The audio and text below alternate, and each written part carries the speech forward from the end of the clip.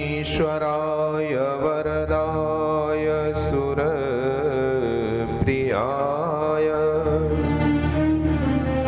लंबोदराय सकलाय जगद्धिताय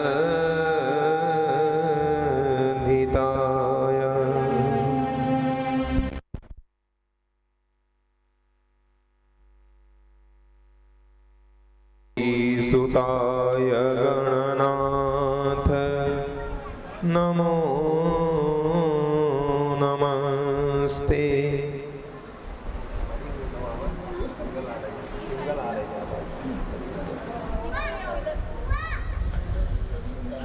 ओम शारदा शारदाम्भोज वदना वदनाम्बुजे सर्वदा सर्वदास्माकं सन्निधिं सन्निधिं क्रिया अज्ञानतिमिरान्धस्य ज्ञानाञ्जनशलाकया चक्षुरुन्मीलितं येन तस्मै श्री गुरवे नमः।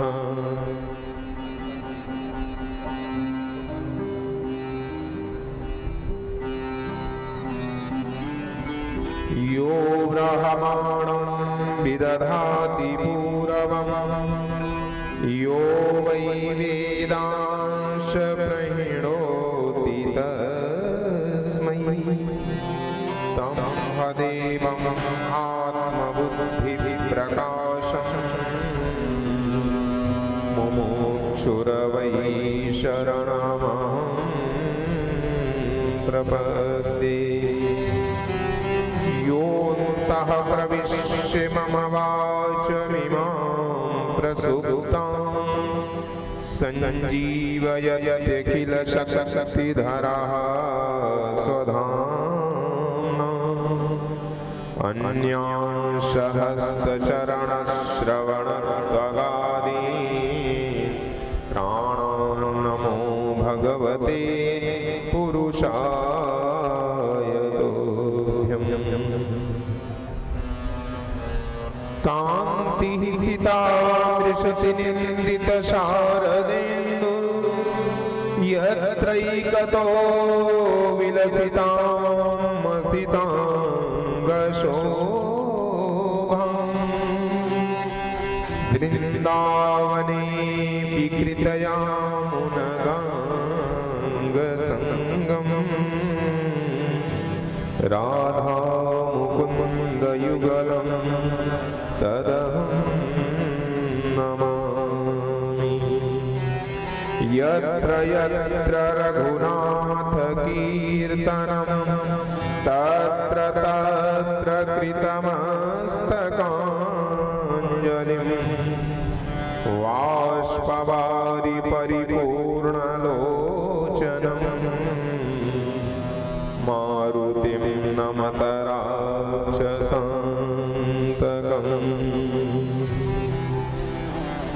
नारायणं नमस्कृत्य नरं चैव नरोत्तमं देवीं सरस्वतीं व्यासं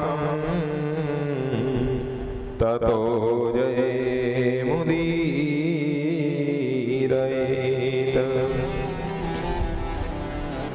हे राधे वृषभानुभूपतनये हे पूर्णचन्द्रानने हे कान्ते कमनीय कोकिलरवे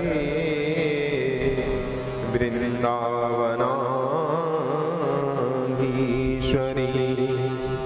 हे मत्प्राणपरायणे च सुभगे हे सर्वयूथेश्वरी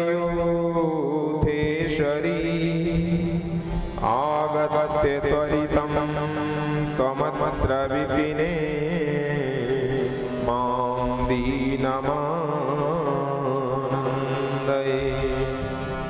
बोलिए वृंदावन बिहारी लाल की जय। बोलिए राधा रानी सरकार की जय। जय जय श्री राधे श्याम।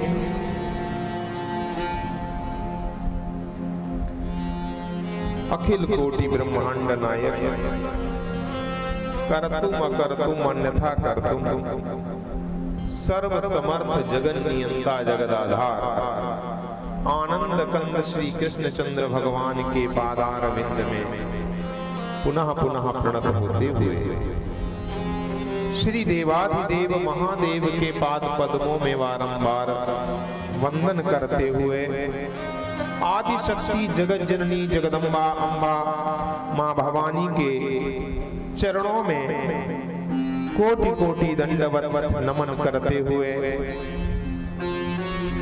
देवाधिदेव महादेव के पाद पद्मों में एवं अनंत बलवंत संत हनुमंत लाल जी के पाद पद्मों में पुनः पुनः प्रणत होते हुए शनि महाराज को भी नमन करते हुए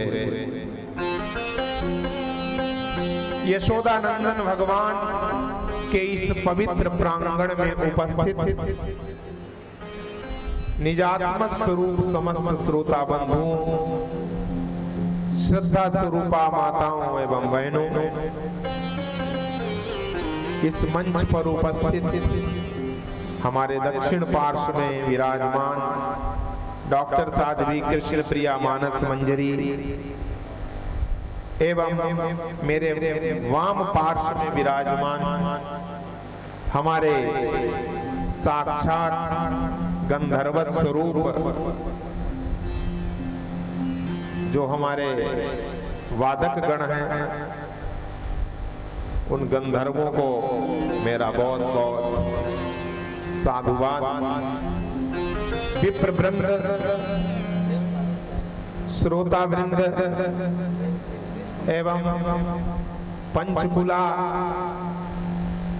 वर्तमान में पंचकुला से वैसे वृंदावन से अनामिका तिवारी जी को भी बहुत बहुत साधुवाद एवं इस यशोदानंदन मंदिर के जो मुख्य ट्रस्टी हैं, प्रधान हैं, हमारे नारायण झा जी एवं उनके जितने भी सहयोगी ट्रस्टीगण हैं जिनके मैं नाम नहीं जानता हूं, मैं प्रयास करूंगा कि मेरे पास कल वो लिस्ट होनी चाहिए जो भी इस मंदिर से जुड़े हुए हैं एवं इस कार्यक्रम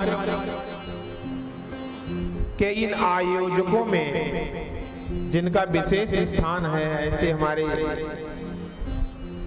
रमा देवी जी जिन्होंने बहुत ही आग्रह किया। वैसे तो कथाओं का दौर जो होता है, कथाओं का जो कार्यक्रम की जो व्यवस्था होती है बहुत बड़े पांडाल में होती है, लेकिन जहां पर मंदिर होता है उसके लिए, भगवान के मंदिर के लिए मैं हर हाल में समझौता कर लेता, उसके लिए मेरी कोई नानुकुर नहीं होती, क्योंकि ये भागवत धर्म किसका है? भगवान का है। और हम भगवान के मंदिर में ही जाकर के अगर कथा न सुना पाए तो फिर हमारा सनातन धर्म एवं भागवत धर्म का प्रचार प्रसार करना व्यर्थ ही है। इसलिए ये मेरा संकल्प है कि संपूर्ण भारतवर्ष एवं संपूर्ण विश्व में जहां कहीं पर मंदिर की बात आती है वहां पर मेरी कोई शर्तें नहीं होती, वहां पर केवल एक ही शर्त होती है कि श्रीमद् भागवत की कथा दिव्य भव्य तरीके से होनी चाहिए, क्या आप लोगों के अंदर भी ऐसा ही भाव है? आप लोग भी ऐसा ही चाहते हैं जैसा मैं चाहता? कौन कौन चाहता है? सभी लोग चाहते हैं। और जहां तक आवाज जा रही होगी, जो लोग यहाँ नहीं उपस्थित हुए हैं वो लोग भी इस बात का समर्थन कर रहे होंगे कि इस यशोदानंदन मंदिर में ऐसे ही दिव्य भव्य तरीके से श्रीमद् भागवत की कथाएं होती रहे। ये तो अभी शुभारंभ है। हम तो कहते हैं कि इतना समय, कितने वर्ष हो गए इस मंदिर को बने हुए? कितने वर्ष हुए?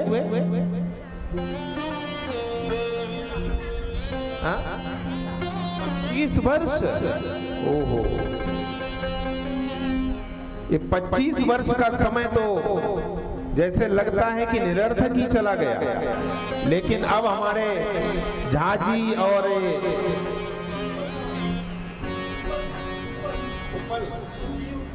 संजीव उपल जी जैसे कर्मठ जुझारू आध्यात्मिक व्यक्ति जुड़े रहेंगे, ऐसे धर्मशील व्यक्ति जुड़े रहेंगे तो ये कार्यक्रम निरंतर चलता रहेगा। बस आप सब लोगों को पूरे मनोयोग से जुड़ना है। हमारे रमा जी ने भी बहुत आग्रह किया, उनकी बड़ी इच्छा थी और हमारी पूर्व परिचित हैं, शिष्या के रूप में है। गुरु मंत्र तो नहीं हमने दिया है, लेकिन इनके जो बेटे हैं वो हमारे शिष्य ही हैं। पूरा परिवार हमारे, मैं शिष्यवत ही देखता हूं इनको। वृंदावन भी इनका आना जाना होता है।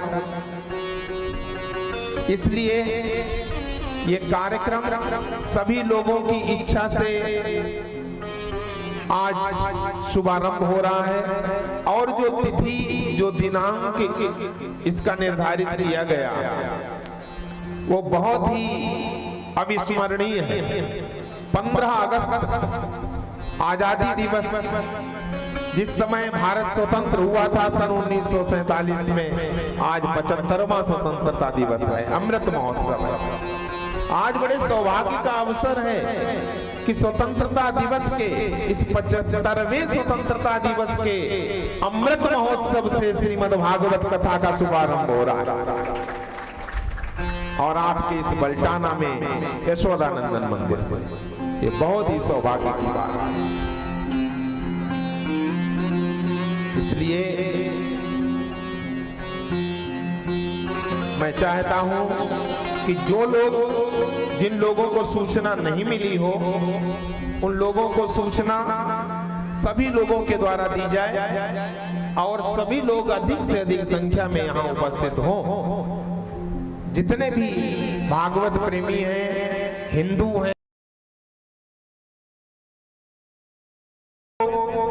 भागवत में तो कोई भी हो, इसमें कोई प्रतिबंध नहीं है। बस भक्ति भाव अगर है तो सभी का स्वागत है। कोई भी आकर के भागवत कथा में बैठ सकता है और भागवत कथा सुन सकता है। बड़े श्रद्धा से, बड़े प्रेम से, बड़े उल्लास से, जैसे अमृत महोत्सव मनाया जा रहा है, वैसे ही आज से ही इस 7 दिन तक के भागवत महोत्सव मनाया जाएगा। और आज प्रथम भागवत महोत्सव है। आज मैं प्रथम दिवस की कथा को नया नाम दे रहा हूं। इस अमृत महोत्सव की बेला में आज ये प्रथम भागवत महोत्सव है। और ऐसे ये 7 दिन तक भागवत महोत्सव चले। बस आप सभी लोग इतने ही प्रेम से, उल्लास से, भाव से, श्रद्धा से यहाँ उपस्थित होकर के कथा सुनेंगे। बोलिए वृंदावन बिहारी लाल की जय। जय जय श्री राधे श्याम। श्रीमद् भागवत महापुराण की कथा 7 दिन में सुनाने का विधान होता है। पहले तो हमको ये पता होना चाहिए कि ये श्रीमद् भागवत महापुराण की कथा ये है क्या। श्रीमद् भागवत कहते किसको है? भागवत में 4 अक्षर आते हैं, भा, गा, वा और ता। इन 4 अक्षरों से बनती है भागवत।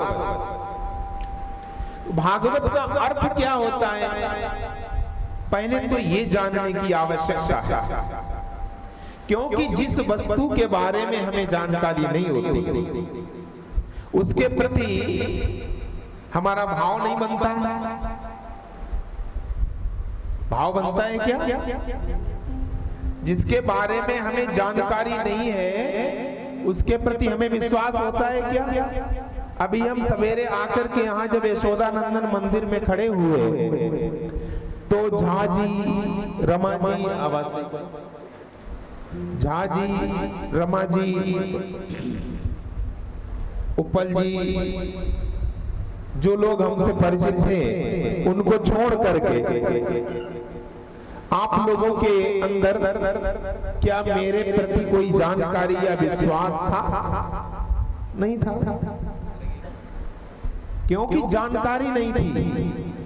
जब तक मुझे परिचय नहीं मिलता है किसी का तब तक उसके प्रति विश्वास नहीं होता है, और जब तक विश्वास नहीं होता है तब तक उसके प्रति प्रेम नहीं होता है। अच्छा, बगैर विश्वास के आप प्रेम कर सकते हैं किसी से? क्या रास्ता चलते जब तक विश्वास नहीं होता। गोस्वामी तुलसीदास जी ने लिखा रामचरितमानस, जाने बिनु न होई परतीति, जाने बिन नहीं होए परतीति, जाने बिनु नहीं होए परतीति, जाने बिन नहीं होए परतीति, बिनु परतीति होई नहीं प्रीति, बिन परतीत न होए परिप्रीति, बिन नहीं होए परतीति, जाने बिन नहीं होए परतीति। जाने बिनु न होई परतीति। परतीति का मतलब क्या होता है? विश्वास। बगैर जानकारी के विश्वास नहीं होता, और बगैर विश्वास के प्रीति नहीं होती, प्रेम नहीं होता है। और बगैर प्रेम के आप कितना भी मंदिर आओ, आरती जलाओ, अगरबत्ती जलाओ,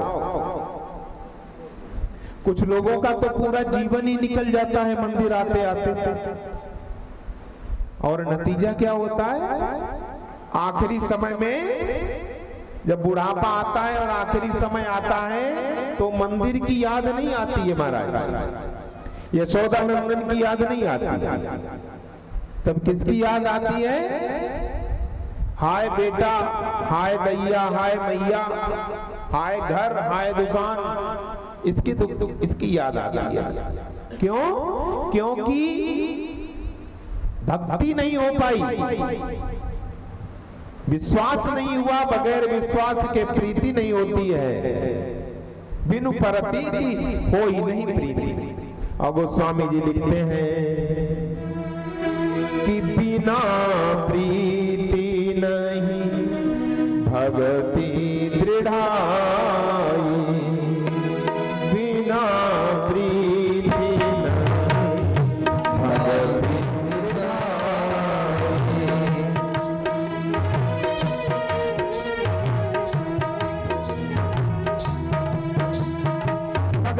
भक्ति भक्ति नहीं होती है महाराज, बगैर प्रीति के भक्ति।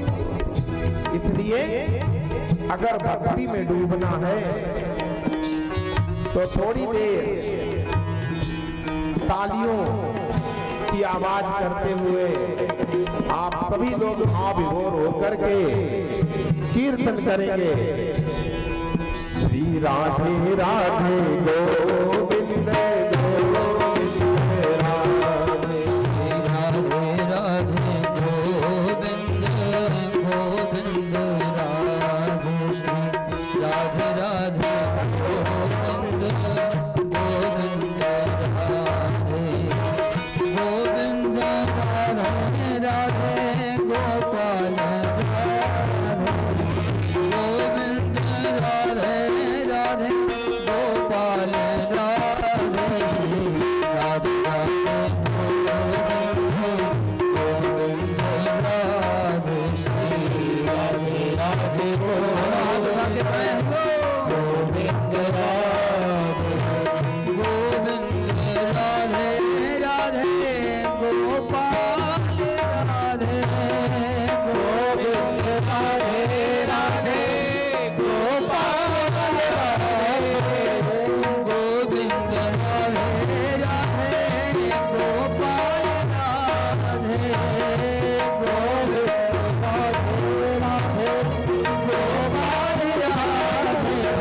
राधे राधे गोपाल राधे,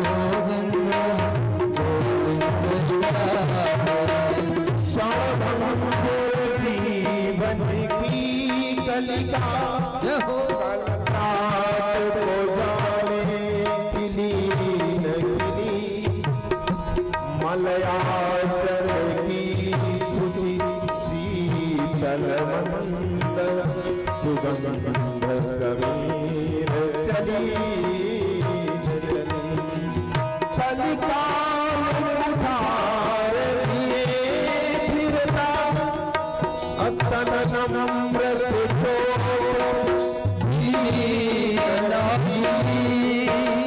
इसलिए क्या करना है, जपले हरि नाम हरि रस नाम, जपले हरि नाम हरि रस नाम,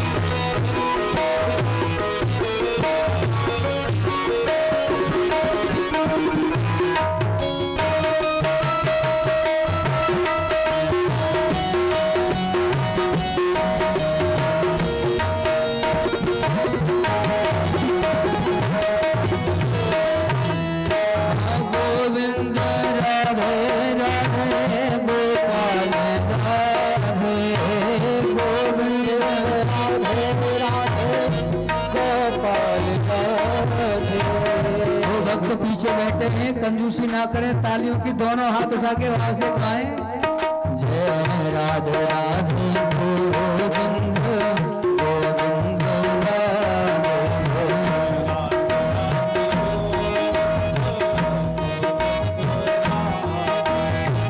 गोविंद राधे राधे गोपाल राधे, गोविंद राधे राधे गोपाल राधे, जय राधे राधे गोविंद गोविंद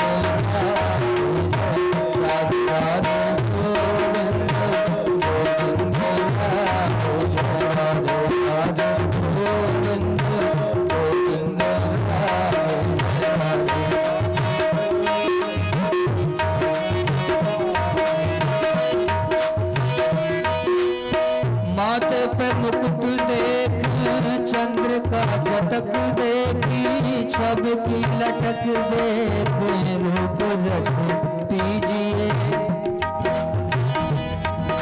हरि बोल। साल देख गर गुंजमाल देख अधर रसाल देख चित्त चाव कीजिए अधर रसाल देख चित्त चाव कीजिए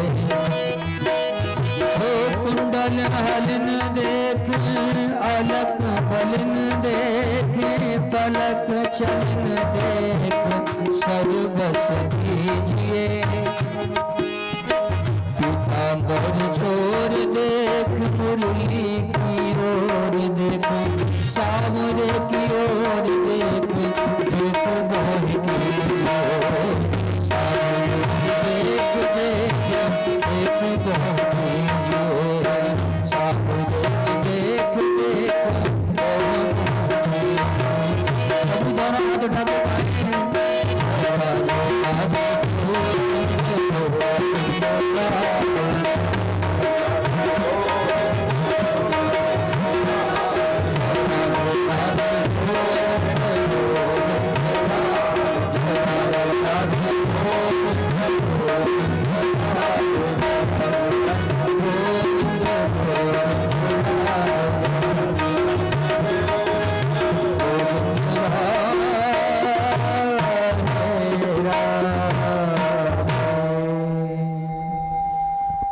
सच्चिदानंद रूपाय विश्वोत्पत्त्यादि हेतवे तापत्रय विनाशाय श्री कृष्णाय वयं नुमः।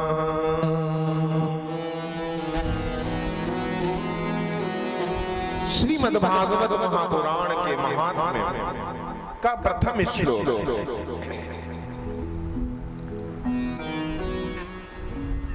जो अभी आप लोगों ने सुना क्या है कि सच्चिदानंद रूपाय विश्वोत्पत्त्यादि हेतवे अथवा सच्चिदानंद रूपाय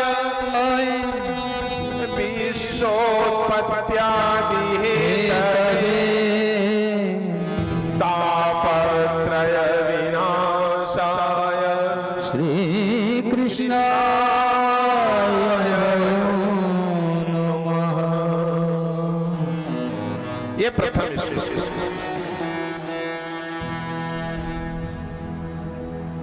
सच्चिदानंद रूपाय थोड़ा सा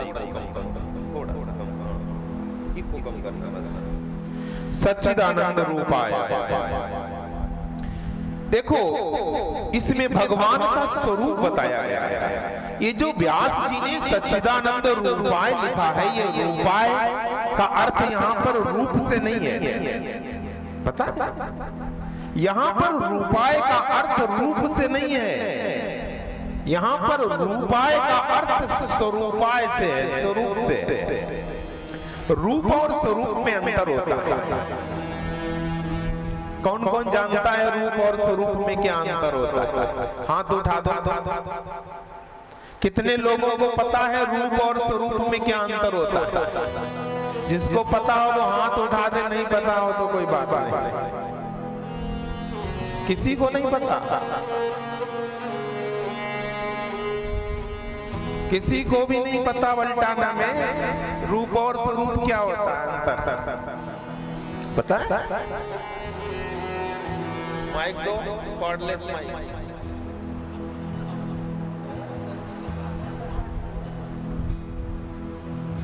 मैं रूप और स्वरूप का अंतर पूछ रहा हूं। नहीं पता? अच्छा नहीं पता तो आज से सीख लो। भूलोगे तो नहीं। अगली बार अगर बुलाओगे कथा करने और मैं पूछूं तो बता दोगे? तो फिर पूरे मन से पूरे मन से सुनना फिर।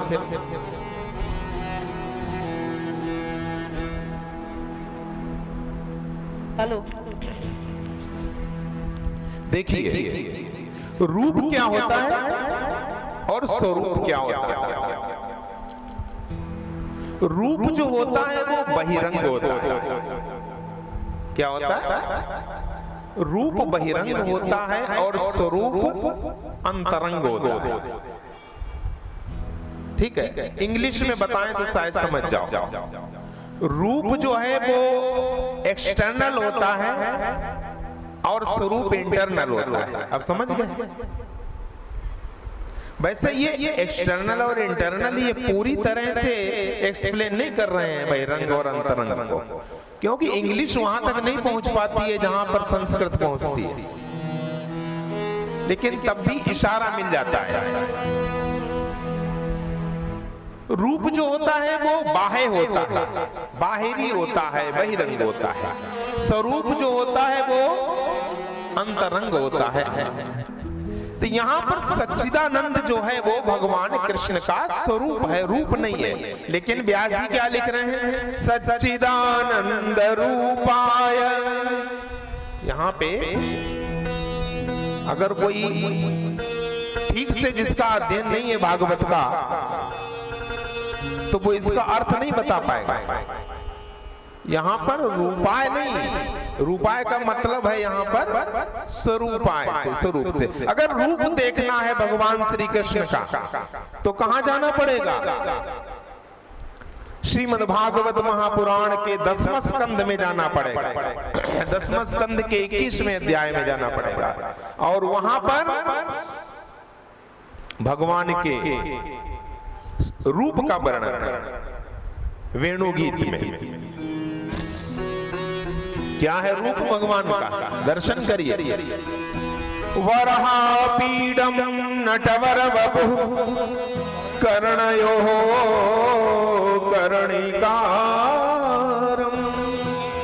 बिभ्रदवासः कनककपिशं वैजयन्तीं च मालाम् रंध्रान वेणोरधर सुधया पूरयन् गोपवृन्दैः वृन्दारण्यं स्वपदरमणं प्राविशद गीतगीते। ये रूप है भगवान श्री कृष्ण का। वेणु वादन करते हुए वेणु गीत में भगवान श्री कृष्ण का रूप का वर्णन आया है 10वें स्कंद में। और उसमें क्या है? वराहपीडम नटवर वपुः। भगवान श्री कृष्ण कैसे हैं? सिर पर मोर का पंख लगा हुआ है, मोर का मुकुट बांधे हुए हैं। वराहपीडम नटवर वपुः, नट जैसा वेश धारण किए हुए हैं। नट जैसा वेश कैसा? कलाकार। जैसे कोई कलाकार हो, जैसे कोई नट हो, जैसे कोई कलाकार हो, जैसे कोई नायक हो, अभी अभी रंगमंच पर अपनी नाट्य कला दिखाने जा रहा हो, ऐसे सज धज के खड़े हैं, मोर मुकुट लगा करके, पीतांबर ओढ़ के, गले में वैजयंती माला पहन करके। वराहपीडम नटवर वपुः कर्णयो कर्णिकारम्। वंशी बजा रहे हैं, तिरछे 3 जगह से टेढ़े खड़े हुए कन्हैया। कन्हैया कैसे खड़े होते हैं? सभी लोग सावधानी से बैठ जाएं अपने अपने जगह पर, तो थोड़ा सा आनंद आएगा। 3 जगह से टेढ़े खड़े होते हैं कन्हैया, ऐसे वंशी निनाद करते हैं। और जब कन्हैया ऐसे खड़ा होता है तो सिर किधर झुक जाता है? बाईं तरफ झुक जाता है ना। और व्यास जी लिख रहे हैं कर्णयो द्विवचन। कान 2 होते हैं ना? कान कितने होते हैं? 2 होते हैं। मिस्री ने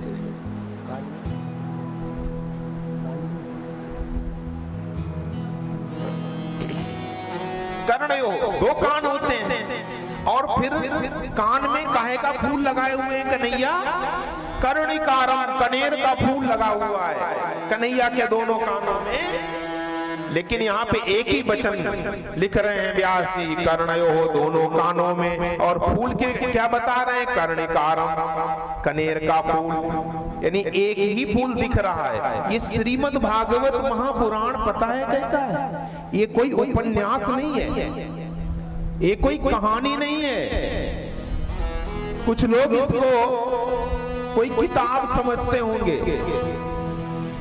कुछ लोग समझते होंगे किसी कवि की कल्पना होगी, ये कल्पना नहीं है। जो कवि लोग कविताएं लिखते हैं वो कल्पना होती है, इतिहास है। ये क्या है, इतिहास है। इतिहास पुराण जो है ये सृष्टि के प्रारंभ में वेदों से भी पहले के हैं पुराण, तभी इनको पुराण कहा गया। पुराण मतलब पुराना, सबसे प्राचीन, प्राचीनतम, सुपरलेटिव डिग्री।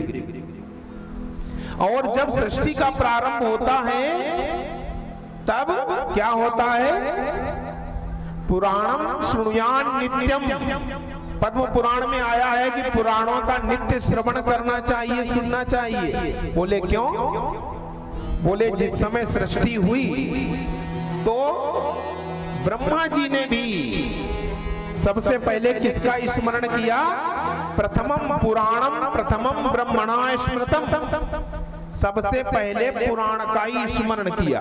रचना नहीं की ब्रह्मा जी ने, ना तो वेदों की रचना की और ना पुराणों की रचना की। रचना करने वाला कौन है, ये वेद और पुराण ये भगवान के श्री मुख से निकले। कहां से निकले हैं, भगवान श्री हरि नारायण के श्री मुख से निकले हैं। इसलिए सृष्टि के प्रारंभ में भी प्रथमम ब्रह्मणा स्मृतम, सबसे पहले ब्रह्मा जी पुराणों का स्मरण करते हैं, और जैसे स्मरण करते हैं वैसे ही ये प्रकट हो जाता है। ये पांचवा वेद है पुराण। वेद कितने होते हैं, पांच, चार वेद होते ना, कौन कौन से, ऋग्वेद, यजुर्वेद, सामवेद और अथर्ववेद। लेकिन पुराण जो है वो कैसा है, ये पांचवा वेद है। कौन कहता है, पद्म पुराण भी कहता है और उपनिषद भी कहते हैं। छांदोग्य उपनिषद कहता है कि इतिहास पुराणम पंचमम वेदानाम वेदम, ये वेद का मंत्र है। छांदोग्य उपनिषद में आया क्या, इतिहास पुराणम पंचमम वेदानाम वेदम। ये इतिहास पुराण, इतिहास कौन, महाभारत। ये इतिहास और पुराण जो हैं ये पांचवा वेद है। इसलिए व्यास जी ने जो भी रचना की है उन्होंने साक्षात दर्शन किया है और दर्शन करके बोल रहे हैं। कोई किसी की लिखी पढ़ी हुई रटी हुई चीज नहीं है। और वैसे ही सुखदेव जी ने भी राजा परीक्षित को जब ये भागवत कथा सुनाई तो उन्होंने दर्शन करके सुनाई। इसलिए व्यास जी दर्शन कर रहे हैं भगवान श्री कृष्ण के यमुना जी के किनारे कि कन्हैया वो यशोदा नंदन खड़ा है तो कैसे बंसी बजाते हुए कर्णयो कर्णिकारम। बोले एक ही कनेर का फूल है। बोले दूसरा क्या हुआ, बोले तिरछा खड़ा हुआ तो दूसरा वाला नीचे गिर गया होगा। तो दो फूल नहीं दिख रहे हैं, व्यास जी को एक ही फूल दिख रहा है, इसलिए लिख रहे हैं कर्णिकारम। तो वरापीडम नटवर वपुः कर्णयोः कर्णिकारम बिभ्रदवासः कनक कपिशम वैजयंती चमाला। गले में वैजयंती माला, रंध्रान वेणोरधर सुधया, अपने अधरोष्ठों पर सुमधुर बंशी निनाद कर रहे हैं। ये रूप है भगवान श्री कृष्ण का। क्या है, रूप। और यहां पर क्या बता रहे हैं कि सच्चिदानंद रूपाय विश्वोत्पत्त्यादि हेतवे। यहां पर सच्चिदानंद रूपाय, ये सच्चिदानंद जो है उनका रूप नहीं है, क्या है, स्वरूप। स्वरूप अंतरंग होता है, मैंने आपको बताया। ये तो सिद्धांत की बात है। लेकिन महाराज कोई भी सिद्धांत तब तक समझ में नहीं आता जब तक दृष्टांत न दो। बगैर दृष्टांत के सिद्धांत समझ में नहीं आता। आपने मिश्री का ढेला देखा? आजकल की तरह ये वाली मिश्री नहीं, मिश्री का ढेला जमाई जाती है ना, बांस फांस और मिश्री। जो पुराने लोग हैं वो जानते होंगे, बांस की फांस में जमाई जाती है ढेले के रूप में, फिर बाद में धागे में भी जमाई जाने लगी। ढेले के रूप में होती है, कैसी होती है देखने में? श्वेत होती है, सफेद होती है, ढेले के रूप में होती है, ऊबड़ खाबड़ होती है मिश्री। ये क्या है? ये मिश्री का रूप है। मिश्री सफेद है, श्वेत है, पारदर्शी है, ट्रांसपेरेंट है, ऊबड़ खाबड़ है। ये क्या है? ये मिश्री का रूप है। लेकिन स्वरूप क्या है मिश्री का पता? स्वरूप कब पता चलेगा? स्वरूप आंखों से देखने से पता नहीं चलेगा। स्वरूप तब पता चलेगा जब आप मुंह में डालोगे। क्या करोगे? मिश्री को मुंह के अंदर डाल करके चूसोगे और चूसने पर पता चलेगा कि ये मीठी है। तो जो मिश्री की मिठास है वो मिश्री का स्वरूप। अब समझ में आया? यानी ऊबड़ खाबड़ है, ढेले के रूप में है, पारदर्शी है, सफेद है, ये तो उसका रूप है, लेकिन मिठास उसका स्वरूप है। जैसे गंगा जल में शीतलता, पवित्रता और मधुरता उसका स्वरूप है और जल उसका रूप है। अगर गंगा जल से उसकी शीतलता, पवित्रता और मधुरता को निकाल दो तो क्या बचेगा? बताइए, कुछ बचेगा गंगा जल में?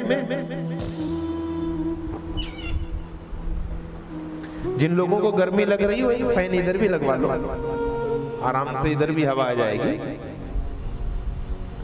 बोलिए वृंदावन बिहारी लाल की जय जय। ऐसा नहीं, थोड़ा जोर से बोलो, पता चले कि यशोदानंदन मंदिर में बैठे हो। बोलिए यशोदानंदन भगवान की जय जय जय श्री राधे श्याम। सच्चिदानंद रूपाय। तीन चीजें हैं सच्चिदानंद में। क्या क्या? सत, चित और आनंद। ये तीन चीजें हैं, तो तीन को मिलाकर के बनता है सच्चिदानंद। सत, चित और आनंद। ये सत क्या होता है, चित क्या होता है, आनंद क्या होता है पता? सत जो है ये क्रिया प्रधान है। सत्य जो है किस कौन सा है? ये क्रिया प्रधान होता है। चित जो होता है वो कौन सा होता है? ज्ञान प्रधान होता है। और आनंद जो होता है वो भाव प्रधान होता है। आनंद कहां आता है? भाव में। सबसे पहले कोई भी हम कर्म करते हैं, देखिए इस श्रीमद् भागवत महापुराण हमें जीवन जीने की कला सिखाती है। जब भी हम कोई कर्म करते हैं तो सबसे पहले उस कर्म को करने का क्या बनता है? भाव बनता है ना। अच्छा, बगैर भाव बने कर्म होता है क्या? बोलो। जैसे यहां पर आज श्रीमद् भागवत की कथा हो रही है, ये श्रीमद् भागवत की कथा कराने का पहले भाव बना होगा ना। पहले भाव बना कि भाई यहां पर यशोदानंदन मंदिर में भागवत की कथा होनी चाहिए। और जब भाव बना तब वो मुख से निकला वाणी के रूप में, शब्द के रूप में। और क्या कहा कि महाराज जी मैं यहाँ पर कथा करवाना चाहता हूँ, यहाँ पे कथा हो जाए यशोदानंदन मंदिर में भागवत में। अब ये वाणी के रूप में, शब्द के रूप में निकल आया और आज क्रिया के रूप में क्रियान्वित हो रहा है। ये आप लोगों के सामने लाइव चल रहा है।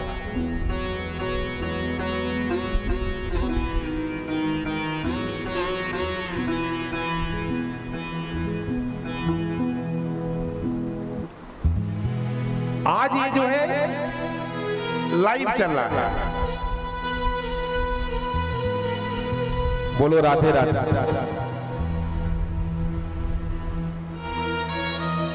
तो क्रिया जो है वो सत प्रधान होती है। जो सत है वो क्रियात्मक है। जो सत तत्व है वही हमसे क्रिया करवाता है, काम करवाता है। अगर भाव न बने, जब तक भाव नहीं बनेगा तब तक हम उसका विचार नहीं करेंगे उसके बारे में। चित्त जो है वो विचार करवाता है बुद्धि के द्वारा और सत्य जो है उसको क्रियान्वित करवाता है। ये तुम्हारे उपयोग की चीज है। ये व्याख्या जो है वो हमारे जीवन में नित्य काम आने वाली है। सच्चित आनंद, भाव में आनंद आता है, मन में आनंद आता है।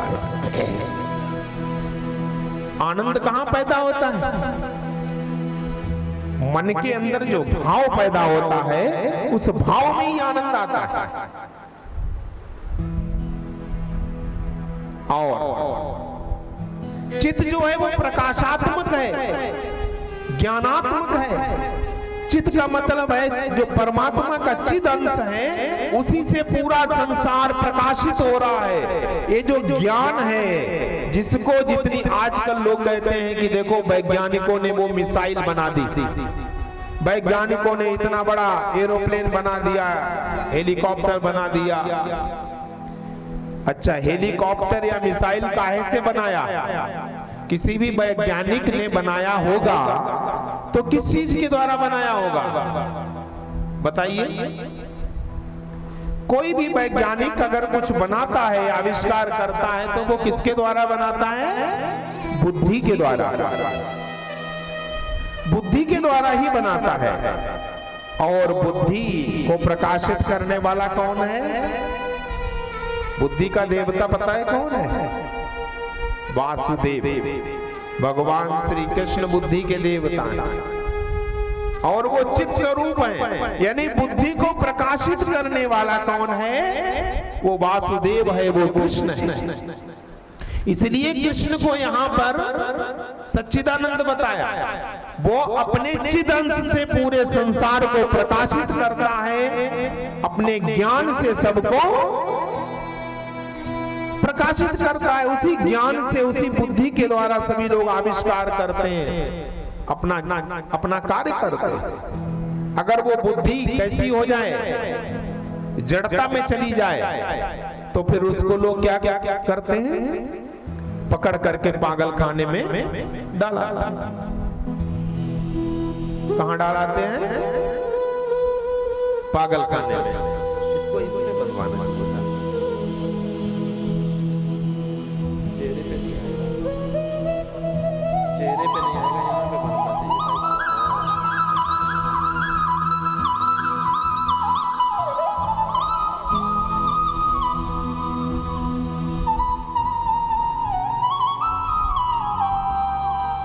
तो बुद्धि को प्रकाशित करने वाला परमात्मा का चिद अंश है, जिससे बुद्धि प्रकाशित होती है। और सत अंश क्या है? सच्चिदानंद में जो सत है वो क्या है? ये बड़ी गंभीर बात है। सत्य के बहुत अर्थ होते हैं। सत्य माने सत्य होता है। और सत्य किसे कहते हैं महाराज? सत्य उसे कहते हैं जिसकी सत्ता तीनों कालों में रहे, एक जैसी। त्रिकालाबाधितम सत्यत्वम, तीनों कालों में जो एक जैसा रहे उसे सत्य कहते हैं। तीनों कालों में, भूत में भी वैसा था, भविष्य में भी, वर्तमान में भी वैसा ही है और भविष्य में भी वैसा ही रहेगा। सृष्टि से पहले भी वो कृष्ण, वो परमात्मा वैसा ही था, सृष्टि के रूप में भी वो परमात्मा वैसा ही है, और सृष्टि जब समाप्त हो जाएगी, प्रलय हो जाएगा, तब भी परमात्मा वो वैसा ही रहेगा। कल करवा देना, रहने दो, कल करवा देना। बोलो राधे राधे। देखो भाई, जब हम राधे राधे बोला करें तो ऐसे नहीं, इतनी सुस्ती से बोलते हो राधे राधे।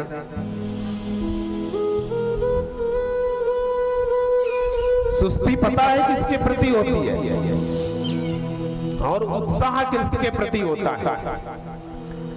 उत्साह से नहीं बोलते हैं आप लोग, एक अंदर से उत्साह होना चाहिए।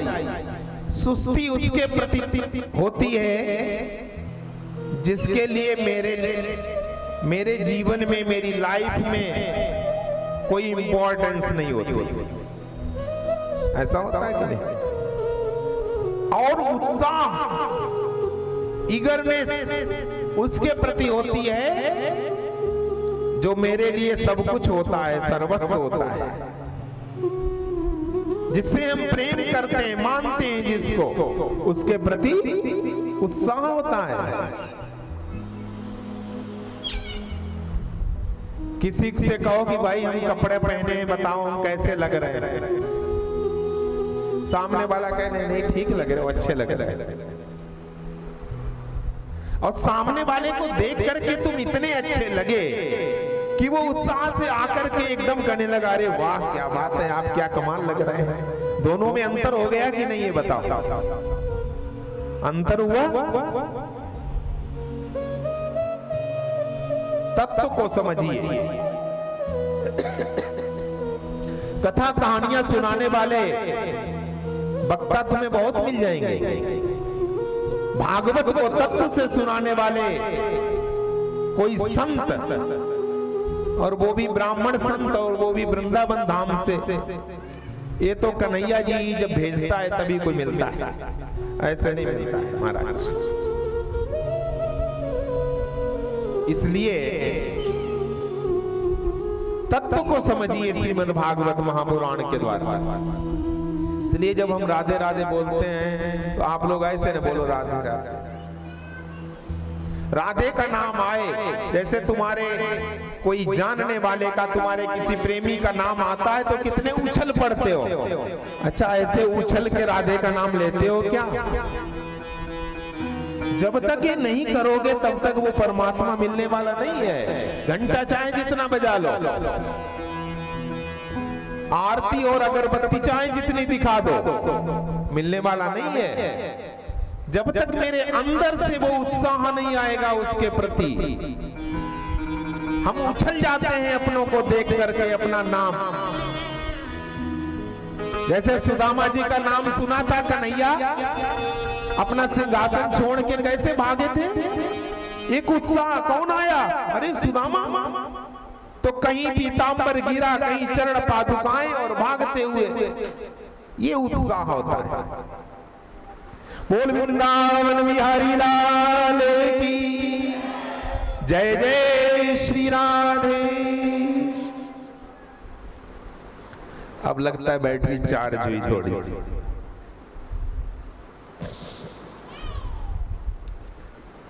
सच्चिदानंद रूपाय विश्वोत्पत्त्यादि हेतवे तापत्रय विनाशाय श्री कृष्णाय वयं नमः। वो कितना सत्य है परमात्मा पता है? एक जगह पर आता है ऋग्वेद में, विश्वम सत्यम, ये विश्व जो है वो सत्य है। अच्छा, ये संसार सत्य है क्या? जबकि वेद और उपनिषद क्या कहते हैं? ब्रह्म सत्यम जगन मिथ्या। सारे वेद पुराण शास्त्र क्या कहते हैं? ब्रह्म सत्यम जगन मिथ्या। ये जगत जो है वो कैसा है? मिथ्या है, झूठा है। और सत्य कौन है? ब्रह्म, वो परमात्मा सत्य है। फिर ऋग्वेद में एक जगह पर आया है कि विश्वम सत्यम, विश्व सत्य है। लेकिन अब ये बात हजम नहीं हो रही ना, क्योंकि संसार को तो मिथ्या बताया गया है, झूठा बताया गया है, और वेद कहते हैं कि ब्रह्म सत्यम, ब्रह्म सत्य है। तो बृहदारण्यक उपनिषद में एक मंत्र आता है और वो पता है क्या कहता है? ये हरीश जरूरत नहीं। बृहदारण्यक उपनिषद में एक मंत्र आता है और वो मंत्र क्या कहता है कि सत्यस्य सत्यम, यानी जो विश्व को सत्य बताया गया, विश्वम सत्यम, जो एक ऋचा है ऋग्वेद की जो कह रही है कि विश्व सत्य है, और जबकि ऋग्वेद ही कहता है कि ब्रह्म सत्यम जगन मिथ्या, ब्रह्म सत्य है, तो यहां पर क्यों कह दिया विश्व सत्य है? तो बृहदारण्यक उपनिषद कहता है कि सत्य से सत्यम, ये जो संसार सत्य दिखाई पड़ रहा है, इस सत्य का भी सत्य जो है वो ब्रह्म है, परमात्मा है। गोस्वामी तुलसीदास जी ने इन सारे वेदों और उपनिषदों का ऐसा निचोड़ बता दिया जो अभी एक अर्धाली में ही समझ में आ जाएगा। गोस्वामी तुलसीदास जी क्या कह रहे हैं जानते हो? कि वो ब्रह्म कितना सत्य है, वो इतना सत्य है कि उसकी सत्यता से ये संसार भी सत्य जैसा प्रतीत होता है। सत्य है नहीं? गोस्वामी जी लिखते हैं रामचरितमानस में कि जासु सत्यता ते जड़ माया, जासु सत्यता ते जड़ माया, जासु सत्यता ते जड़ माया, जासु सत्यता ते जड़ माया, जासु सत्यता ते जड़ माया, जासु सत्यता ते जड़ माया, भास सत्य मोह सहाया, भास सत्य मोह सहाया। जासु सत्यता ते जड़ माया, बोले वो इतना ईश्वर, वो कृष्ण, वो परमात्मा इतना सत्य है कि उसकी सत्यता के कारण ये जो जड़ है, जो माया है, ये संसार, ये कैसा भास सत्य इव, बोले सत्य है नहीं, सत्य जैसा प्रतीत होता है तो मृग मरीचिका, जैसे मृग मरीचिका होती है, जैसे राजस्थान में रेगिस्तान में तपती धूप में बालू में जल की प्रतीति होती है, वैसे ही ये संसार मिथ्या है लेकिन वो परमात्मा इतना सत्य है कि ये असत्य संसार भी सत्य जैसा प्रतीत होता है। जासु सत्यता ते जड़ माया, भास सत्य इव मोह सहाय, सच्चिदानंद रूपाय। और आनंद, ये जो आनंद है ना, वो आनंद का सागर है। संसार में हम लोग जो आनंद ढूंढते घूमते हैं, ये आनंद नहीं है, आनंद की भ्रांति है, प्रतीति मात्र है। उस परमात्मा ने अपने उस आनंद स्वरूप से एक बूंद लेकर के पूरे संसार में छिड़क दी और सारा संसार उस एक बूंद आनंद में ही पागल हुआ, दीवाना हुआ घूमता है। अच्छा, जिसे देखो ऐसा कौन है संसार में? सबकी चॉइस अलग अलग हो सकती है, सबकी चॉइस ख्वाहिश फरमाइश अलग अलग हो सकती है। किसी को लाल रंग पसंद होगा तो किसी को सफेद रंग पसंद होगा, किसी को पीला रंग पसंद होगा, किसी को रसगुल्ला पसंद होगा, किसी को काला जाम पसंद होगा, किसी को बर्फी पसंद होगी, किसी को रबड़ी पसंद होगी। बहुत लोगों को रबड़ी इतनी पसंद है कि चोरी करके फ्रिज में से निकाल के खा लेते हैं। रात में उठे पानी पीने के बहाने फ्रिज में से निकाली, एक चम्मच मुंह में डाला। ऐसा होता है ना। अपनी अपनी पसंद है सबकी, अलग अलग, सबकी चॉइस ख्वाहिश फरमाइश अलग अलग हो सकती है। लेकिन एक बात बताओ, ऐसा कौन है पूरी दुनिया में जिसको आनंद पसंद न हो? ऐसा कोई है? आज तक जितने भी लोग भाग दौड़ रहे हैं पूरी दुनिया में, वो किसकी खोज में? आनंद की खोज में, कि भैया आनंद मिल जाए, मुझे सुखी हो जाएं, आनंदित हो जाएं। आजकल की भाषा में बोलते भाई मजा आ जाए किसी तरीके से, थोड़ा और भी गिरा दिया स्तर लोगों ने। इंग्लिश में बोलने लगे भाई थोड़ा सा इंजॉयमेंट कर लिया जाए, कुछ पार्टी आर्टी कर लो तो थोड़ा इंजॉय हो जाए। इंजॉय तो बहुत छोटा, बहुत नीचे का शब्द। ये सुख है, आनंद नहीं।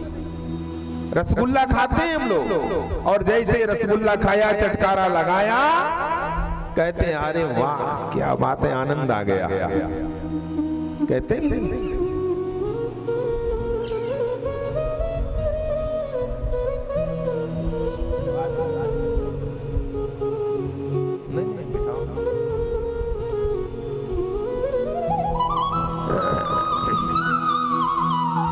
बोलो राधे राधे।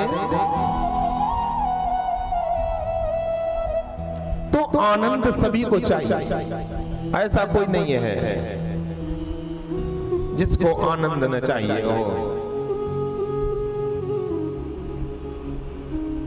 गोस्वामी तुलसीदास जी लिखते हैं, जो आनंद सिंधु सुख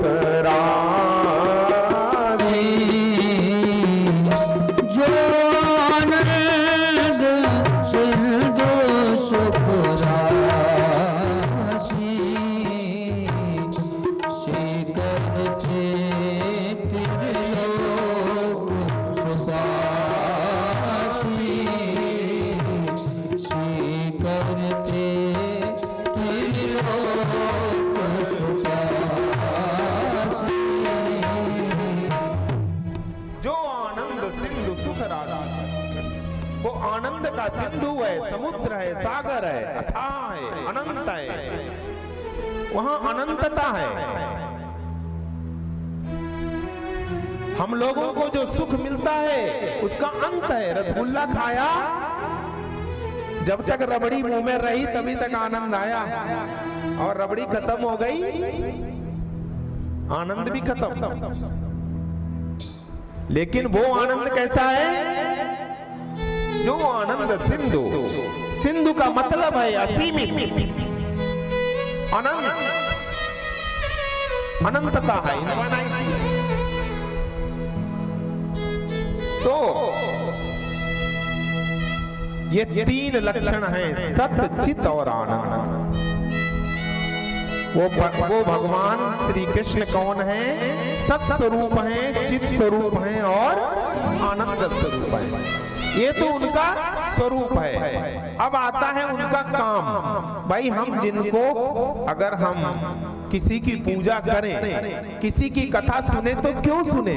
उसके बारे में मुझे पता भी तो हो। अगर हम भगवान श्री कृष्ण की पूजा करते हैं, कथा सुनते हैं, तो वो भगवान श्री कृष्ण का स्वरूप क्या है?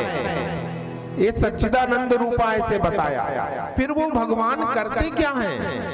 ये बताते हैं, विश्वोत्पत्त्यादि हेतवे। बोले तीन काम करते हैं।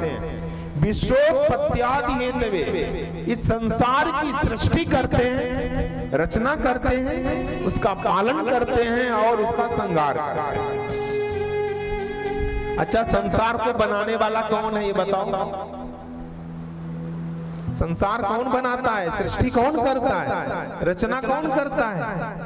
कोई बताएगा? अभी किसी के 4 बेटे हों और उससे पूछो भैया कितने बाल गोपाल हैं, तो क्या बोलता है? अरे मेरे 4 लड़के हैं, मैंने 4 लड़के पैदा कर दिए। अच्छा, आपने पैदा कर दिए क्या? ऐसा होता है? पैदा करने वाला कौन है? अच्छा, विचार करो, यहाँ पे कोई बात आपको कपोल कल्पित नहीं सुनाई जाएगी। हर चीज वैज्ञानिक है, एकदम साइंटिफिक है। आप विचार करिए, तर्क करिए, कुतर्क करिए, लेकिन ऐसा कुतर्क नहीं सीमा में रहकर जो शास्त्रोक्त हो। आप पूछिए भाई हम क्यों नहीं, पैदा मैंने किए अपने बच्चे, आप कह रहे हो कि आपने नहीं किए। मैं कहता हूं कि अगर बच्चे पैदा करने वाले आप ही होते तो संसार में कोई भी निसंतान होता क्या? बगैर संतान का होता क्या? दूसरी बात, अगर बच्चे पैदा करने वाले आप ही होते तो हर कोई माँ बाप चाहता मेरा बच्चा कैसा हो? सुंदर हो, सुडौल हो, सशक्त हो, बुद्धिमान हो, ज्ञानी हो।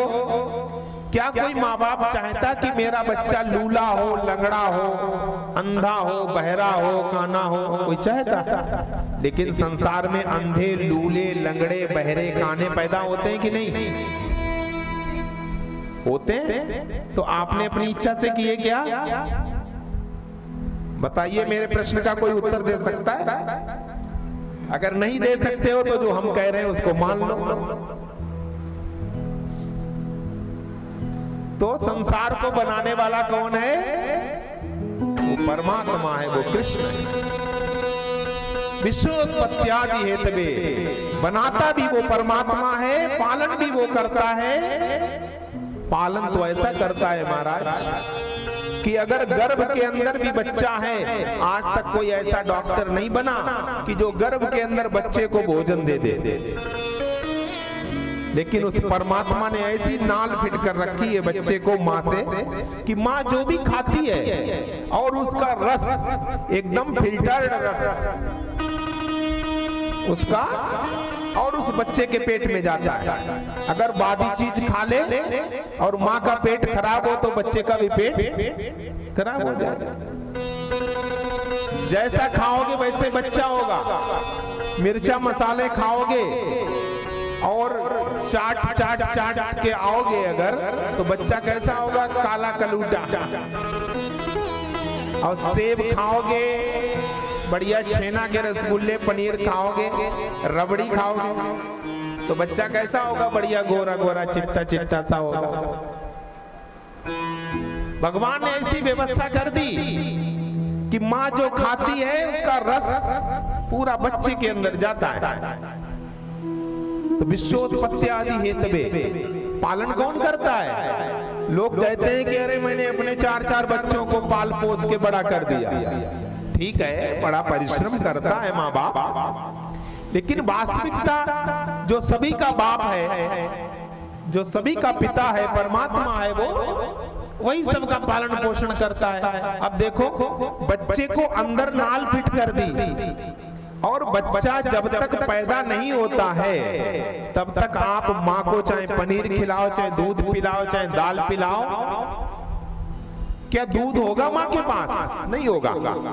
और जैसे ही वो शिशु पैदा हुआ, बच्चा पैदा हुआ, तुरंत माँ के स्तनों में दूध आ जाता है और वो बच्चा पीने लगता है। तो बच्चे के, क्योंकि उस समय बच्चा और कुछ नहीं पचा सकता है और कोई ऐसा खाद्य सामग्री नहीं है जो उसका उतना पोषण कर सके। बीच में कुछ डिब्बे वाले दूध चलने लगे थे ना, डॉक्टर कहते थे कि डिब्बे वाला दूध पिलाओ, माँ का दूध मत पिलाना। अब सब लाइन पे आ गए। अब सभी डॉक्टर कहते नहीं, माँ के दूध से बढ़िया कुछ नहीं है, माँ का ही दूध पिलाओ। अब देखो, जैसे ही बच्चा पैदा हुआ, हमारे परमात्मा कहाँ रहते हैं? हमारे शास्त्र कहते हैं कि भगवान एक रूप से, नारायण रूप से कहाँ रहते हैं? क्षीर सागर में। क्षीर सागर का मतलब जानते हो आप लोग? क्षीर माने दूध होता है, दूध के समुद्र में रहते हैं। अच्छा, दूध के समुद्र में न रहते तो इतना कनेक्शन, इतनी बड़ी सप्लाई कहां से होती? इंसान हो, कुकर हो, सूकर हो, जितने भी पशु पक्षी, सभी के बच्चों को दूध मिलता है कि नहीं? कहां से आता है? सारी सप्लाई महाराज क्षीर सागर से ही है। डॉक्टर लोग कहते रहे कि ये दाल पीने से और दूध पीने से और हरी सब्जी खाने से दूध होता है, ऐसा नहीं है। अच्छा, जब बच्चे ने दूध पीना बंद कर दिया, अन्नप्राशन हो गया बच्चे का, अन्नप्राशन हो गया और अन्न खाने के लायक हो गया, दांत निकल आए, तो तुरंत कनेक्शन काट दिया जाता है। कनेक्शन दूध का कट गया, जैसे बिजली का कनेक्शन कट जाता है। फिर कोई डॉक्टर जरा दूध पिला के और हरी सब्जी खिला के दे दे तो हम बताओ कथा करना छोड़ दे। कौन करता है सप्लाई? विश्वोत्पत्त्यादि हेतवे, वो परमात्मा, वही सबका पालन करता है और वही सबकी रक्षा करता है। शास्त्र कहते हैं कि पेट के अंदर जब बच्चा होता है तो उसको एक झिल्ली के अंदर बंद करता है परमात्मा, और झिल्ली के अंदर एक पानी भर देता है, द्रव, लिक्विड जिसको बोलते हैं, और उसमें वो बच्चा तैरता रहता है और उसको भोजन भी पहुंचाने की पूरी व्यवस्था। अब बताओ, पहले यहाँ जब हम लोग खुले में हैं तब तो लोगों की ऑक्सीजन कम होने लगती है, कम होती ना? अभी कोरोना काल में कितनों की ऑक्सीजन कम हो गई। सब लिए जो है ऑक्सीजन का सिलेंडर। बहुत लोग तो अपने बेड के पास ही सिलेंडर रखते थे कि पता नहीं किस समय कम हो जाए। अब बच्चे को अंदर ऑक्सीजन की पूरी व्यवस्था करना, पूरी ऑक्सीजन की व्यवस्था करना, अगर जरा से भी ऑक्सीजन की कमी हो जाए तो बच्चा मर जाएगा। मैं साइंटिफिक बात बताता, कि हमारे शास्त्र जो पुराण हैं वो कोई कपोल कल्पित नहीं, कल्पना नहीं है, उपन्यास नहीं है, ये एकदम प्रामाणिक है, प्रूव्ड दैट। तो वो ऑक्सीजन की इतनी व्यवस्था करता है कि बच्चे को ऑक्सीजन की कमी नहीं होती है। इसीलिए हमारे शास्त्रों में आया है, बोले कि संसार में भी वही रक्षा करता है। तो उदाहरण पता है क्या दिया जाता है? सरक्षिता रक्षति यो ही गर्भे। बोले संसार में भी वही रक्षा करता है जो इस जीव की गर्भ में रक्षा करता है। इतनी बड़ी बात है, गर्भ में सुरक्षित रहना ये कोई छोटी मोटी बात नहीं है। ये जीव गर्भ में सुरक्षित रहता। चिड़िया भी पेड़ पर जब सोती हैं रात में, पक्षी जब पेड़ पर सो जाते हैं रात में, तो उनको भी पेड़ से नीचे गिरने नहीं देता वो परमात्मा। और सवेरे जब उन चिड़ियों की आंख खुलती है तो वो चहचहाती हैं और पूरी रात वो अपने आप को कहां पाती हैं? उस डाल के ऊपर ही जहां सोई हुई। इसलिए हमेशा अगर विश्वास रखना है, भरोसा रखना है, तो किसके ऊपर? उस भगवान के ऊपर, उस परमात्मा के ऊपर, कि जिस परमात्मा ने मेरी गर्भ में रक्षा की, वही परमात्मा इस संसार में भी मेरी रक्षा करेगा। सरक्षिता रक्षति यो ही गर्भे। इसलिए पालन कौन करता है? परमात्मा करता है। विश्वोत्पत्त्यादि हेतवे। और अगर हम कथा सुनते हैं तो लाभ क्या होता है? तापत्रय विनाशाय श्री कृष्णाय वयं नमः। तीनों प्रकार के ताप नष्ट हो जाते हैं। कौन कौन से? दैहिक, दैविक और भौतिक। शारीरिक कष्ट, दैविक कष्ट और भौतिक कष्ट। शारीरिक कष्ट कैसे होते हैं? हम लोग कहते तो बहुत सुनते हैं ना, दैहिक दैविक भौतिक तापा राम राज नहीं काहुई व्यापा, पढ़ते ना रामचरितमानस में। तो ये दैहिक ताप होते हैं जो हमारे अंदर त्रिदोष होता है, वात पित्त कफ आदि के कारण जो विकार से बीमारियां आती हैं ना, तो बीमारी किसी को भी आएगी अगर शरीर है तो ये 3 दोष होते हैं, वात पित्त कफ। इनसे जो हमें ताप मिलते हैं, कष्ट मिलते हैं, इनको कहते हैं दैहिक ताप। और दैविक, जो दैविक ताप होते हैं वो कैसे होते हैं? जो हमारे प्रारब्ध के साथ में लिख करके आए, जो हमने पिछले कर्मों में पाप कर्म किए हैं और वो हमारे साथ प्रारब्ध में कोई बीमारी बननी है आपके प्रारब्ध में, तो वो बीमारी बन जाएगी आपको। आप कहोगे कि मैं तो बहुत परहेज से रहता था फिर भी मुझे ये बीमारी क्यों बन गई? क्योंकि पिछले जन्मों का कोई किया हुआ पाप जो आपके प्रारब्ध के साथ आया, इसलिए वो बीमारी बन गई। दैहिक दैविक भौतिक। और भौतिक कौन से? भौतिक का मतलब है अब आंधी तूफान बाढ़ गर्मी संक्रमण आदि से जो बीमारियां फैलती हैं ना, ये सब भौतिक है। तीनों प्रकार के ये ताप नष्ट हो जाते हैं। अथवा इसका एक बहुत ही अर्थ दूसरे तरह से किया जा सकता है जो आप लोगों के लिए लाभदायक है, कि जो भी हम पाप करते हैं, पाप का फल क्या होता है? पाप का फल पता है क्या होता है? नहीं मालूम? पाप का फल होता है ताप। पाप का फल ताप। ताप जानते हो? दुख कष्ट। ताप किसे कहते हैं? जो दुख होते हैं, जो कष्ट होते हैं, वो किसके कारण मिलते हैं हमें? पाप के कारण। और सुख किसके कारण मिलते हैं? पुण्य के कारण। पुण्य के कारण हमें सुख मिलते हैं और पाप के कारण हमें दुख मिलते हैं, जिनको ताप कहते हैं। और पाप होते हैं, कर्म होते हैं हमसे 3 प्रकार से। कौन कौन से? मनसा वाचा कर्मणा। मन से भी होते हैं और वाणी से भी होते हैं और कर्मों से, हाथ पैरों से भी होते हैं। आपने मन में सोचा कि हमारे पड़ोसी का सत्यानाश हो जाए और हमारा जो है बरकत हो जाए।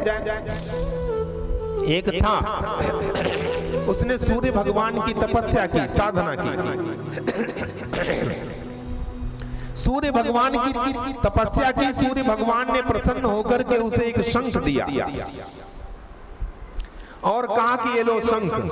बोले ये शंख क्या करेगा? बोले जो संकल्प करके बजाओगे वही तुम्हें मिल जाएगा। बोले अच्छा? बोले जो संकल्प करोगे वही मिल जाएगा। बोले ठीक है। बोले लेकिन इसका साइड इफेक्ट सुन लो। बोले इसका एक साइड इफेक्ट भी है। बोले साइड इफेक्ट क्या है? बोले जितना तुम्हें मिलेगा उसका 2 गुना तुम्हारे पड़ोसी को मिल जाएगा। बोले अच्छा? अब जो शंख लेकर के आया बेचारा, अब उसके झोपड़ी पड़ी हुई थी, मकान था नहीं। उसने शंख बजाया और शंख बजा करके संकल्प किया कि मेरा 1 मंजिल कोठी बन जाए। तुरंत देखते ही देखते 1 मंजिल कोठी तैयार। 1 मंजिल कोठी जब तैयार हो गई, तब तक उसको याद आया कि सूर्य भगवान ने कहा था कि तुम्हारे पड़ोसी का 2 गुना हो जाएगा। तो बाहर निकल के देखा तो पड़ोस का 2 मंजिल कोठी खड़ी हुई। उसने कहा अरे राम राम राम, तपस्या मैंने की और ये पड़ोसी जो है मजा ले रहा है।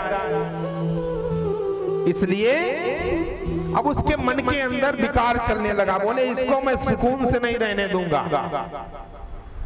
अब उसने शंख बजाया और शंख बजा करके पता है क्या कहा कि हे सूर्य भगवान, मेरा ये जो कोठी है गिर करके बिल्कुल समतल हो जाए, मैदान हो जाए। तुरंत जो है उसका मकान था एकदम गायब हो गया, समतल हो गया, मैदान हो गया। अब पड़ोसी को तो दुगना होना था ना। तो बाहर निकल के देखा तो पड़ोसी बेचारा नीचे गड्ढे में चला गया, उसका दुगुना होना था। अब उसको खुशी हुई, चैन मिला, बोले चलो अब ये अच्छा रहा कि हमारा पड़ोसी जो है गड्ढे में चला गया, ये अब हमें जो है पड़ोसी से ऊंचे रहने चाहिए, हम कभी नीचे ना हो। ये क्या होता है? ये जो है पाप होता है। हम दूसरे का बुरा चाहते हैं, ये पाप है, ये मन से हम पाप कर रहे हैं। कुछ लोग ऐसा वाणी से बोल देते हैं कि गोली से भी इतनी चोट नहीं लगती जितना बोली से लग जाती है, तो वो भी पाप हो गया। इसीलिए कहा गया है कि सत्यम ब्रूयात् प्रियम ब्रूयात् न ब्रूयात् सत्यम अप्रियम। कुछ लोग कहते हैं ना, अरे मेरी तो आदत है सत्य बोलने की, मैं तो सत्य ही बोलता हूं, आपको भले बुरा लग जाए। ऐसे लोग नहीं कहते, आपको भले बुरा लग जाए मैं सत्य ही बोलता हूं। और जो लोग ये बात कहते हैं वो समझ लो अधिकतर झूठे ही होते हैं। कहते हैं तुम्हें भले बुरा लग जाए मैं सत्य बोलता हूं। अच्छा, हमारे शास्त्र इसकी आज्ञा नहीं देते हैं। शास्त्र कहते हैं कि सत्यम ब्रूयात् प्रियम ब्रूयात्, सत्य बोलो लेकिन कैसा? प्रिय बोलो, सामने वाला प्रसन्न हो जाए। न ब्रूयात् सत्यम अप्रियम, ऐसा सत्य मत बोलो कि जो सामने वाले का कलेजा घायल हो जाए। इससे तो अच्छा झूठ बोल दो जिससे वो खुश हो जाए। ऐसा सत्य झूठ से भी गया बीता है। इसलिए बोली कैसी होनी चाहिए, वाणी कैसी होनी चाहिए? दूसरे का दिल न दुखे। अगर दूसरे का दिल दुखता है, दूसरे को कष्ट पहुंचता है, तो समझ लो हमने वाणी से पाप किया। और बहुत लोग कर्मों से पाप करते हैं, कुछ ऐसे कर्म करते हैं जिससे लोगों को दुख पहुंचता है। तो ये 3 प्रकार के पाप होते हैं। कौन कौन से? मनसा, वाचा और कर्मणा, 3 प्रकार के पाप होते हैं। और इसलिए इन पाप का फल होता है ताप। इसलिए 3 प्रकार के ताप, तापत्रय विनाशाय श्री कृष्णाय वयं नुमः।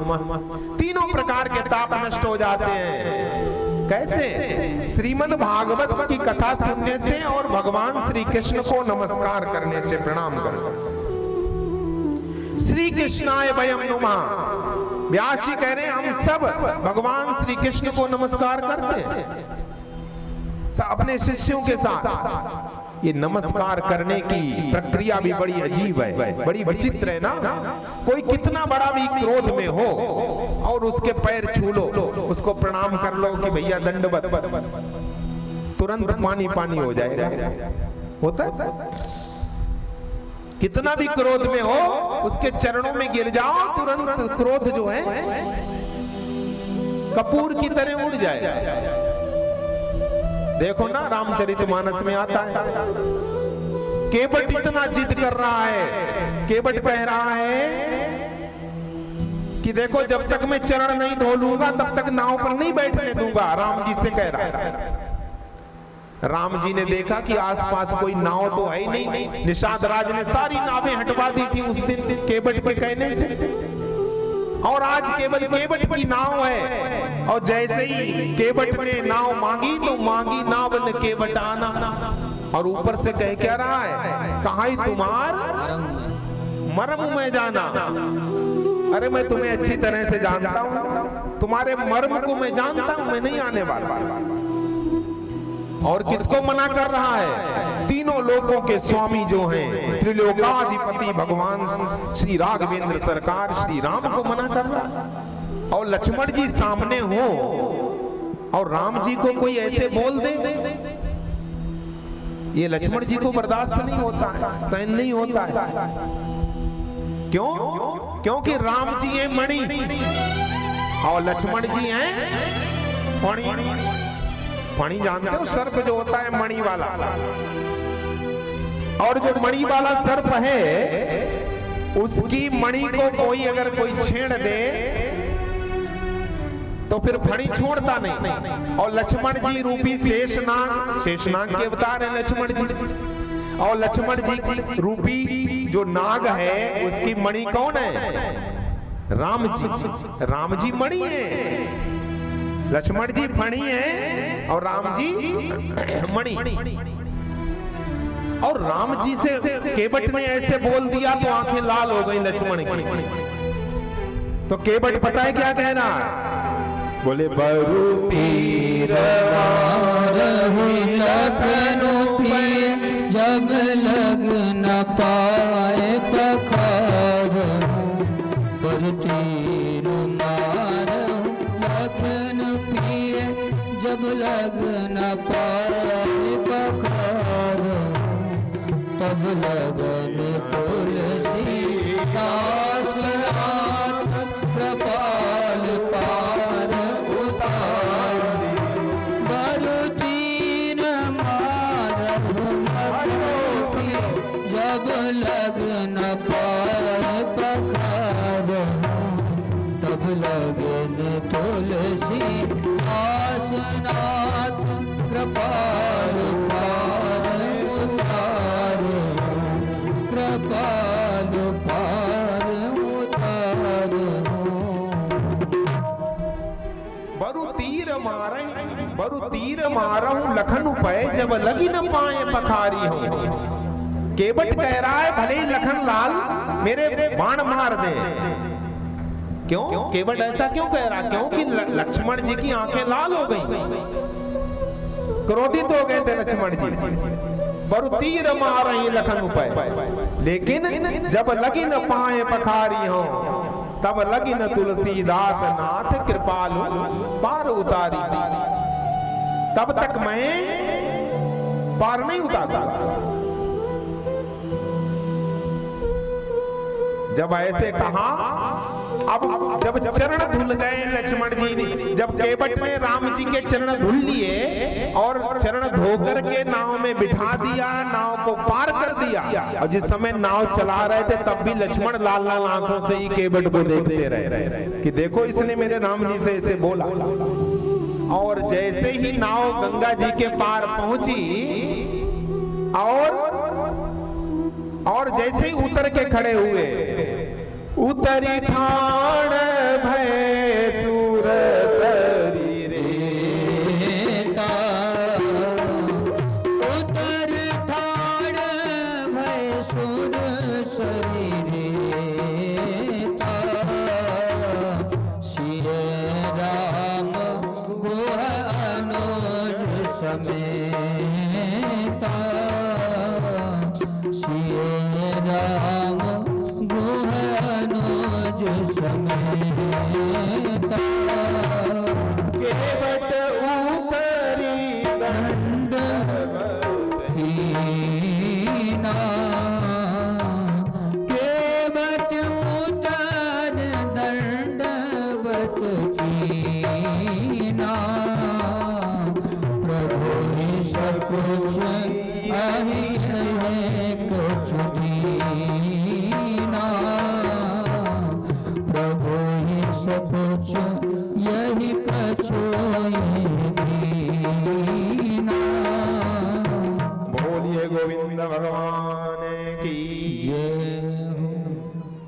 जैसे ही दंडवत किया तुरंत लक्ष्मण जी का क्रोध हवा हो गया, तुरंत सारा क्रोध समाप्त हुआ जैसे केवट को दंडवत प्रणाम करते हुए देखा।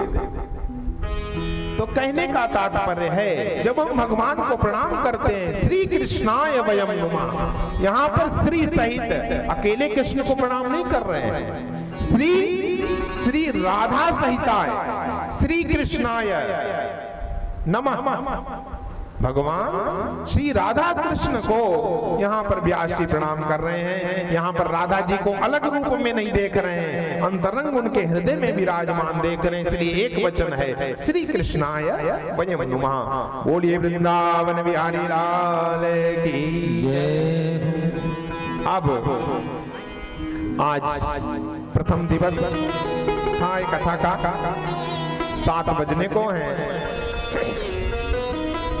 आरती से पहले वृंदावन धाम से पधारी हुई मानस मंजरी डॉक्टर कृष्ण प्रिया कुछ समय आप लोगों को अपनी मधुर वाणी से, मधुर प्रवचन से भाव विभोर करेंगे। उसके बाद आरती प्रसाद पाकर के आप लोग जाएंगे। और कल से जो कथा प्रारंभ होगी वो अपने निर्धारित समय 3 से 7 जो समय है निर्धारित, हमने 3 से 7 रखा है। यदि आप लोगों को इस समय में कोई बाधा हो, अव्यवस्था हो, तो आप लोग 4 से 8 भी कर सकते हैं। ये आप लोग हमें बता देना आज सलाह करके सभी लोग। तो अभी तो मेरी तरफ से 3 से 7 ही है। कल से जो कथा का शुभारंभ है वो 3 से 7 होगा। बोले सतगुरुदेव भगवान की जय, बांके बिहारी लाल की जय। अगर कोई सत्संग में आता रहेगा, 2 मिनट पहले हरिनाम संकीर्तन गाएं, उसके बाद परम पूज्य श्री कृष्ण प्रिया जी के मुखारविंद से आप प्रवचन सुनेंगे। अगर कोई सत्संग में, थोड़ा सा ट्रेवल डालो, वॉल्यूम बढ़ाओ, आता रहेगा तो मरने का भय आता रहेगा, मरने का भय आता रहेगा।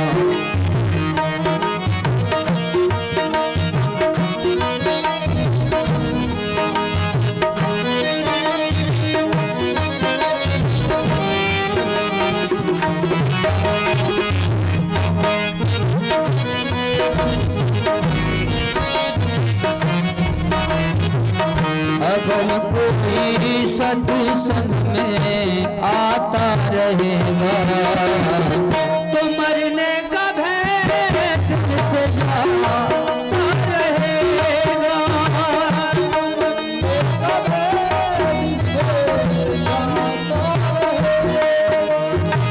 नियम पूर्वक साधु संगत में जाके, साधु संगत में जाके, नियम पूर्वक साधु संगत में जाके, नियम पूर्वक साधु सत्संग में जाके, चरण धूल सर पर, चरण धूल सर पर चढ़ाता रहेगा तो मरने का भय आता रहेगा। राम राम राम राम राम।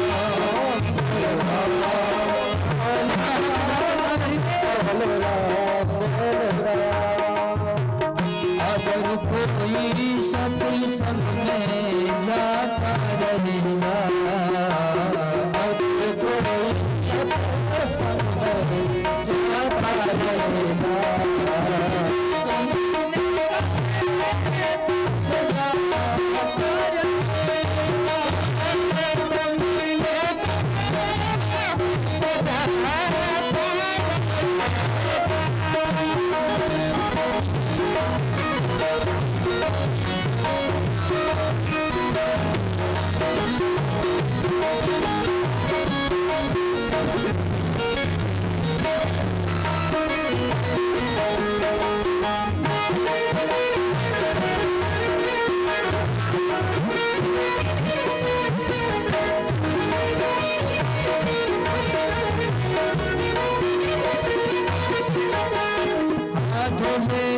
सभी मेल मन की ये सारी भूलेगी, सभी मेल मन की ये सारी भूलेगी, सभी मेल मन की ये सारी भूलेगी, सभी मेल मन की ये सारी।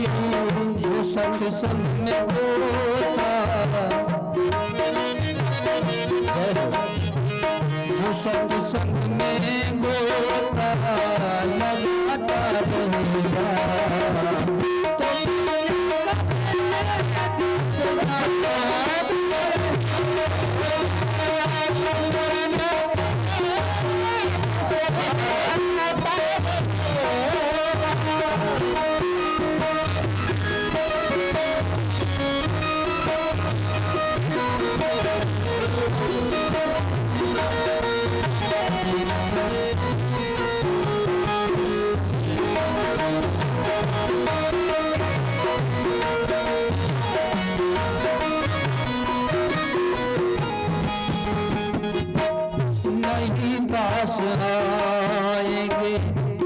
यमदूत उसके नहीं पास आएंगे, यमदूत उसके नहीं पास आएंगे, यमदूत उसके नहीं पास आएंगे, यमदूत उसके। सभी क्या कहेंगे बड़े भाव से? जो राधा कृष्ण